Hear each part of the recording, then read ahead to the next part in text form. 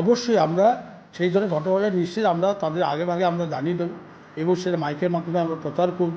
মানুষ সমুদ্রের যাতে আমাদের এই কার্যই অঞ্চল বা যারা পর্যটক বন্ধুরা আসবেন যাতে কোনো বিপদে না পড়েন তাদের আমরা সংকেত দেবো এবং মাইকের মাধ্যমে প্রচার করব।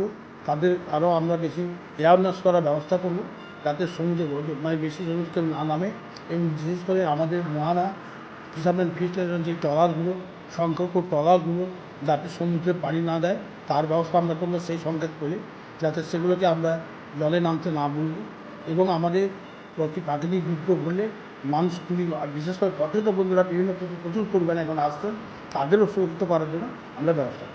ঘনিয়ে আসছে শক্তি, সমুদ্র উপকূলবর্তী এলাকায় ঝড় শক্তি আস্তে আস্তে করে এগোচ্ছে। সন্ধ্যা থেকে ঘনীভূত মেঘ, সঙ্গে বৃষ্টি এবং বাতাস বইছে দীঘা থেকে শঙ্করপুর, মন্দারমণি থেকে তাজপুর। সেই কারণে পর্যটক এবং মৎস্যজীবীদের সতর্কবার্তা রামনগর ব্লক প্রশাসন, রামনগর 1 নম্বর ব্লকের পঞ্চায়েত সমিতির পক্ষ থেকে।